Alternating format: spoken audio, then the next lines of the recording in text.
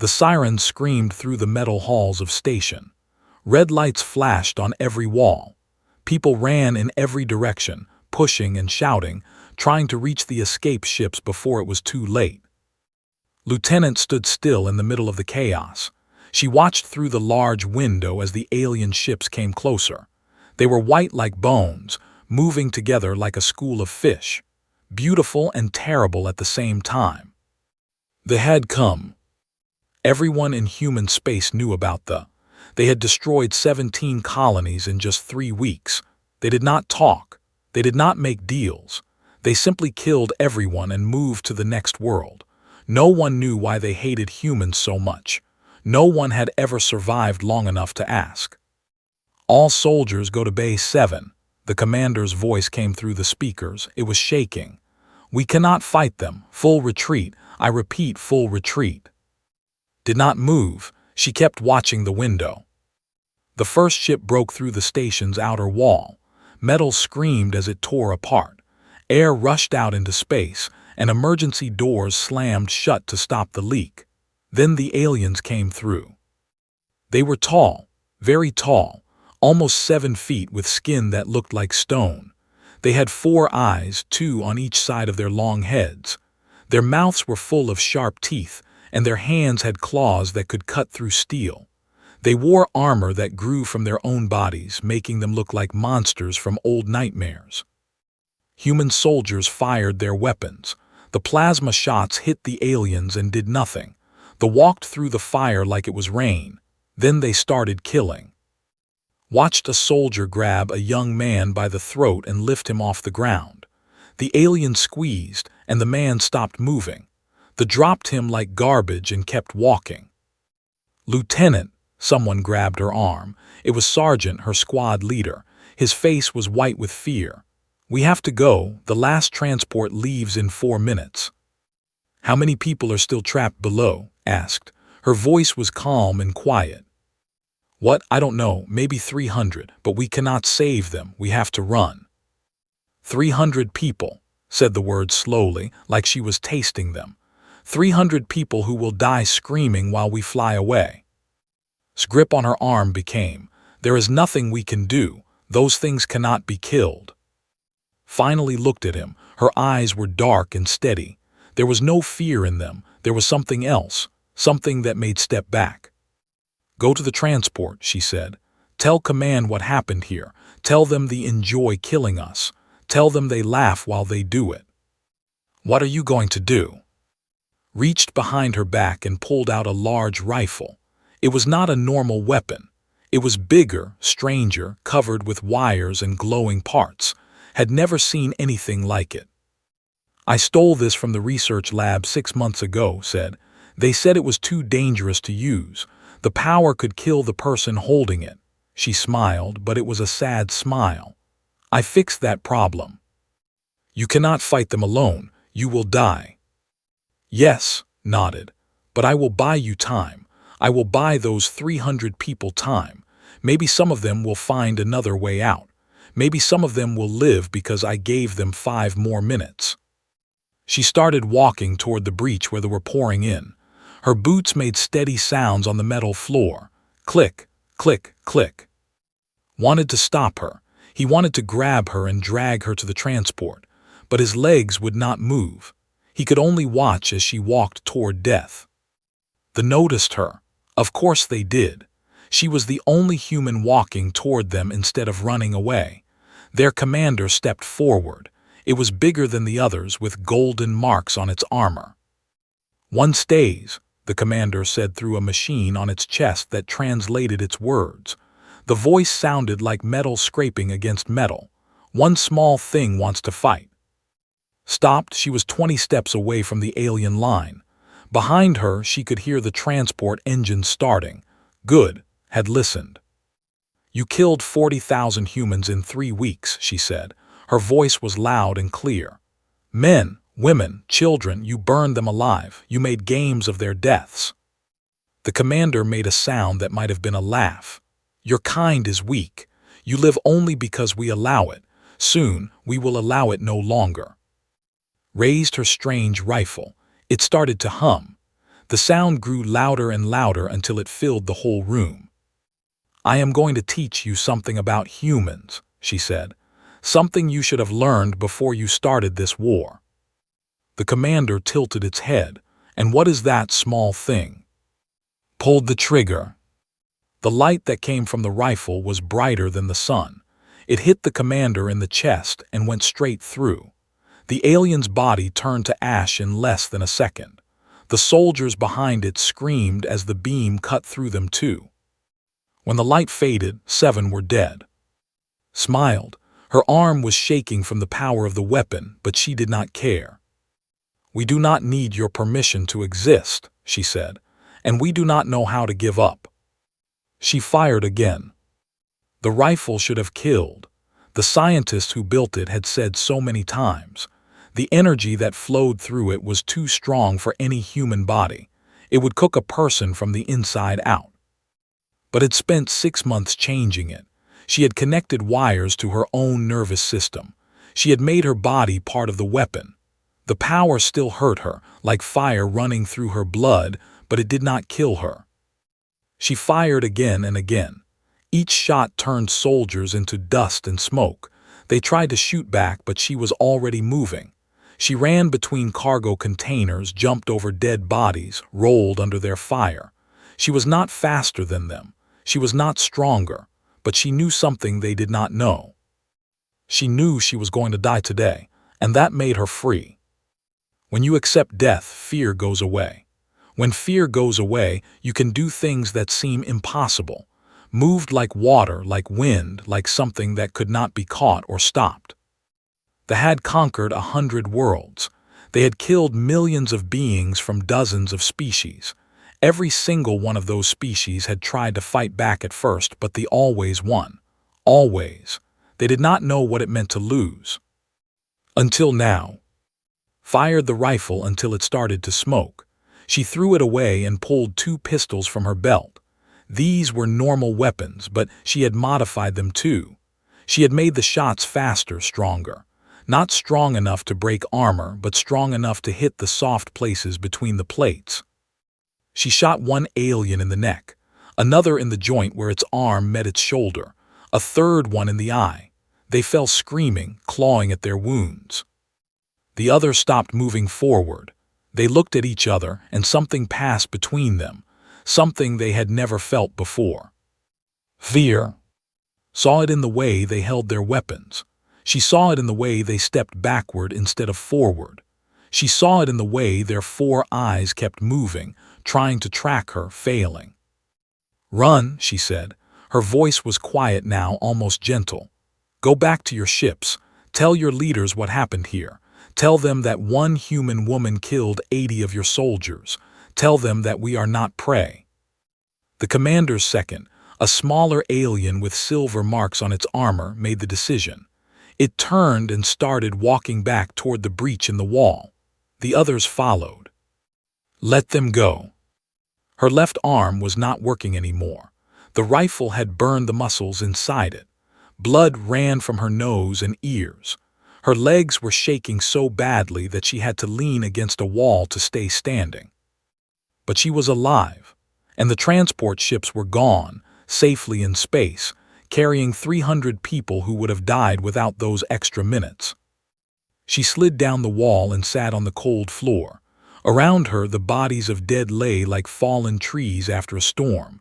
The station was quiet now. The sirens had stopped. The red lights still flashed, but slower, like a tired heartbeat. Closed her eyes. She expected to die there alone in the dark. She had accepted it. She was ready. But death did not come. Hours later, a rescue team found her. They were soldiers from a passing military ship that had picked up the transport's distress signal. They walked into the cargo bay expecting to find bodies and blood and horror.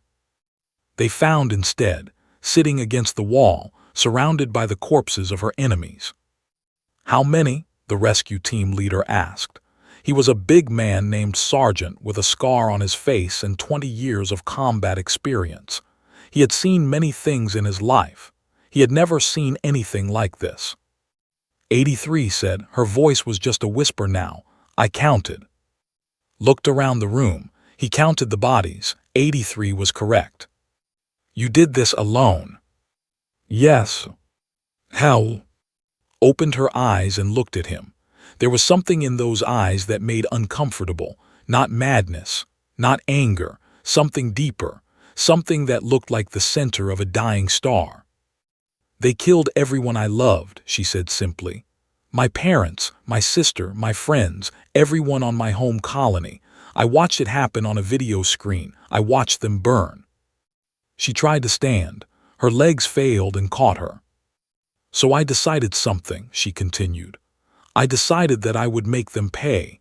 Not tomorrow, not next year. Now, today, every single day until I die or until they are all gone.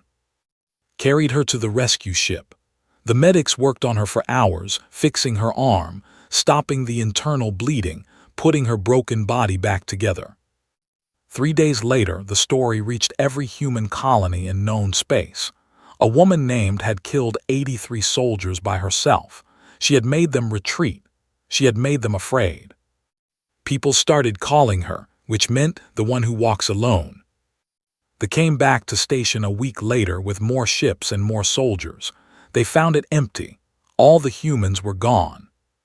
But on the wall of the main hall, someone had written 3 words in red paint. We remember everything. The war had just begun. The High Command did not believe the reports at first. They sat in their great hall on their home planet, listening to the survivors tell their story, and they laughed. One human, the Speaker of the Council, leaned forward in his chair. His 4 eyes were bright with amusement. One human female killed 83 of our warriors. This is a joke. This is an excuse for cowardice. It is the truth, the survivor said. He was the second commander, the one with silver marks who had ordered the retreat. His voice shook as he spoke. I saw it myself. She moved like nothing I have ever seen. Our weapons could not touch her. She did not run. She did not hide. She walked toward us and killed us like we were insects. The council laughed again, but one member did not laugh. Admiral, the oldest and most experienced military leader in the Dominion, sat quietly in his chair and listened. He had conquered 50 worlds in his lifetime. He knew what real danger looked like. And he was worried. Send a hunting fleet, the Speaker ordered. 12 ships. Find this human and kill her.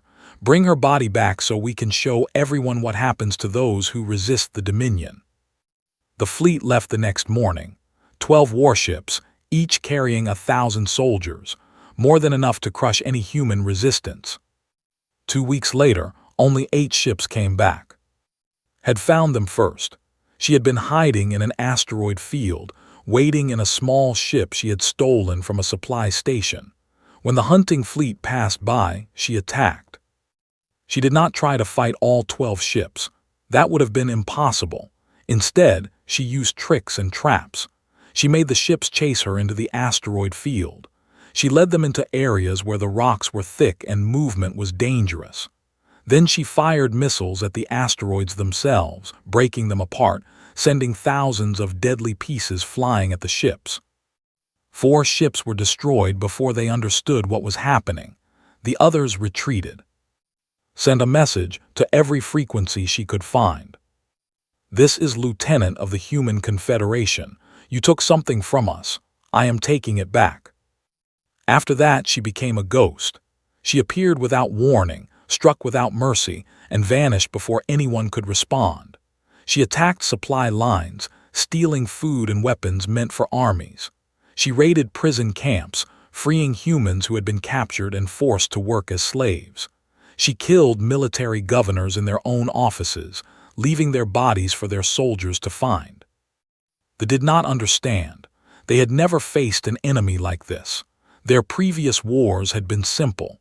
They arrived with their ships, they destroyed the enemy's military, and the enemy surrendered. That was how it always worked. But humans did not surrender. Other humans started copying. Engineers broke machines from the inside. Pilots flew their ships directly into enemy formations, dying but taking many with them. Even prisoners, people who had nothing left, found ways to fight back. They poisoned food. They sabotaged equipment. They died with smiles on their faces because they knew they were hurting their enemies. They called by a name that did not translate well into human language. The closest meaning was the wound that does not heal. Admiral requested a meeting with the council. "We must stop this war," he said. His voice was calm but serious. "We must negotiate with the humans." The speaker almost fell out of his chair with shock. "Negotiate with prey? Are you mad?" "They are not prey," stood up and looked at each council member in turn. "I have fought many species. I have destroyed many civilizations, but I have never seen anything like these humans. They do not think like normal beings. They do not value their own lives. They treat death like a tool, not a threat." "They are weak," the speaker insisted. "They have no army. They have no fleet. One woman with a stolen ship is not a threat to the Dominion. One woman has killed more of our soldiers in 3 months than any enemy army killed in 100 years. His voice became harder. "And she is not alone anymore. Every day more humans become like her. They watch videos of what she has done and they learn. They train. They prepare." "What are you suggesting?" Took a deep breath. "I am suggesting that we have made a terrible mistake. We tried to destroy a species that cannot be destroyed. Every time we hurt them, they become stronger. Every time we kill one of them, 10 more stand up to take their place. They are not fighting because they think they can win. They are fighting because they would rather die than live under our rule." The council was silent. No one wanted to admit that might be right. The speaker finally spoke. "We will not negotiate. We will not retreat. We will send more ships, more soldiers, more weapons. We will find this and everyone who follows her, and we will burn them all." Closed his eyes. He knew what was coming. He knew the council was leading the Dominion toward disaster. But they would not listen. Somewhere in deep space sat in her small ship and looked at a map of territory. She had been fighting for 3 months. She was tired. Her body hurt in places that would never heal, but she was not finished. She looked at one point on the map, the home world, Prime, the heart of the Dominion. No enemy had ever attacked it. The very idea seemed impossible. Smiled. "Impossible is just a word," she said to herself. "A word used by people who are afraid to try." She started planning. Prime was the most protected planet in the galaxy. 17 defense stations floated in orbit around it, each one powerful enough to destroy a fleet. 200 warships patrolled its space at all times. Millions of soldiers guarded its cities. In 800 years, no enemy had ever reached it. No enemy had even tried. Reached it alone. She had spent 9 months preparing. She had captured officers and made them give her codes and secrets. She had studied their defense systems until she knew them better than themselves. She had built weapons that human scientists said were impossible. She had placed spies and helpers on Prime itself, humans who had been slaves but who had never stopped fighting. Her ship was an admiral's personal vessel, stolen during a raid 6 months ago. She had changed it completely, but it still looked like a ship from the outside. When she approached Prime, the defense stations let her pass. The codes she used were perfect. No one suspected anything. She landed in the capital city during a celebration. They were having a great party to honor their latest victory against human colonies. Millions of them filled the streets, dancing and singing and laughing. They had no idea what was coming. Walked through the crowds like a shadow. No one noticed her. She was small compared to them, and she wore a long coat that covered her weapons. She moved with the confidence of someone who knew exactly where she was going. She reached the central communication tower just as the sun was setting. Her helpers were already there, waiting for her. There were 20 of them, all humans who had been slaves on this planet for years. They had scars on their bodies and fire in their eyes. "Is everything ready?" asked. A woman named nodded. She had been a scientist before the war. Now she was something else. "The broadcast system is ours. When you give the signal, we can send to every screen on the planet." Good pulled a small device from her pocket. It held thousands of hours of recordings, videos of soldiers killing human children, pictures of human bodies piled like garbage, audio of commanders laughing while they ordered the destruction of entire cities. She had collected these recordings over months of war. She had taken them from captured ships, from broken computers, from the bodies of dead officers. Each one was proof of what the Dominion had done. "Play everything," she said. "Every screen, every speaker, every personal device. I want every on this planet to see what their empire really is." Pressed a button. Across the capital city, the celebration stopped. Every screen suddenly showed the same images: human bodies burning, human prisoners being tortured, human children crying for their mothers before soldiers killed them. They stared in shock. Most of them had never seen these things. They had been told that humans were dangerous enemies who had attacked first. They had been told that the war was just and necessary. They had never been told the truth. His voice echoed through the city speakers. "You were told that we were weak. You were told that we deserved to die. You were told that you were superior to us in every way." More images played. A commander eating dinner while human slaves were beaten in front of him. Scientists experimenting on human prisoners to test new weapons. Soldiers making bets on how long their victims would scream. "I am here to show you the truth. You are not conquerors. You are not warriors. You are murderers of the helpless. You kill because it is easy, not because it is right." The broadcast stopped, but the damage was done. Millions had seen the truth about their empire. Some of them fell to their knees. Some of them screamed in anger or shame. Some of them simply stood frozen, unable to process what they had seen. Then the explosions began. Helpers had placed bombs in important buildings across the city: power stations, military bases, government offices. The explosions were not meant to kill many people. They were meant to send a message. "We are here. We can reach you anywhere. You are not safe." Herself walked toward the High Council building. The guards at the entrance saw her coming. They raised their weapons. She killed them before they could fire.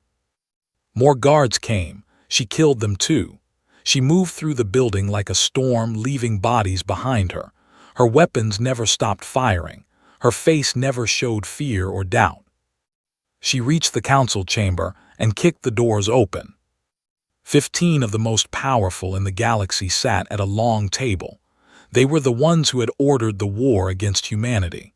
They were the ones who had approved every massacre, every torture, every crime. They stared at her with 60 eyes full of terror. Walked slowly toward the table. Her boots left bloody footprints on the marble floor. Her weapons hummed with power. 40,000, she said. Her voice was quiet but clear. "That is how many you killed at station. That is how many names I carry with me. Every one of them had a family. Every one of them had dreams. Every one of them was worth more than all of you combined." The speaker tried to stand. "You cannot do this. You are just one human. We are the rulers of 100 worlds. We will destroy your entire species." Raised her weapon and pointed it at his head. "You already tried," she said. "It did not work." She looked at each council member in turn. She saw their fear. She saw them shaking. She saw some of them start to cry. The most powerful beings in the galaxy were crying because of her. The speaker fell to his knees. The others followed. "Please," he whispered, "please, we will stop. We will give back everything we took. We will do anything you want, just please, mercy." Stood still, her finger on the trigger. The room was silent, except for the sounds of leaders begging for their lives. Looked at the 15 leaders kneeling before her. Her finger was still on the trigger. One small movement and she could kill them all. One small movement and she could avenge every human who had died screaming because of their orders. She thought about her mother. Her mother had been a teacher who loved to grow flowers in their small apartment. They had burned her alive with the rest of her class. She thought about her father. Her father had been an engineer who told bad jokes and laughed at them himself. They had shot him while he tried to protect their neighbors. She thought about her little sister, had been 7 years old. She had loved to draw pictures of spaceships and dream about traveling to distant stars. They had not even bothered to shoot her. They had just walked past her broken body like she was garbage. Could feel their ghosts standing behind her, waiting to see what she would do. She lowered her weapon. "No," she said. The speaker looked up. His 4 eyes were wet with tears. "No," he repeated. His voice shook with confusion and hope. "I did not come here to kill you," took a step back. "I came here to teach you. I came here to make sure you never forget. I came here to make sure your children and you know exactly what their ancestors did." She pulled a small device from her belt and threw it on the table. It slid across the smooth surface and stopped in front of the speaker. "This contains our demands," she said. "You will remove all your ships and soldiers from human space. You will pay for the damage you caused. You will rebuild the colonies you destroyed. You will put your commanders on trial for what they did." The speaker picked up the device with shaking hands. "And if we refuse?" Smiled. It was not a kind smile. It was the smile of someone who had already won and knew it. "I am one woman," she said. "One woman who walked into the heart of your empire alone. One woman who made your great leaders kneel and beg. Imagine what happens when there are 1,000,000 like me. Imagine what happens when every human child grows up watching recordings of tonight. Imagine what happens when we teach them to hate you as much as I do." She turned and started walking toward the door. "You could have left us alone," she continued, not looking back. "You could have traded with us. You could have been our friends. Instead, you tried to erase us from the universe. And in doing so, you created something that will haunt you for 1,000 years." She stopped at the door and finally turned around. "You created a reason for humanity to unite. Before your war, we fought among ourselves. We were divided. We were weak. But now every human in the galaxy has one thing in common. We all hate you. We all want to see you fall. And we will work together until that happens." She walked out of the chamber. Behind her, she could hear the leaders starting to argue. Some wanted to chase her. Some wanted to agree to her demands. Some just wanted to hide and hope she went away.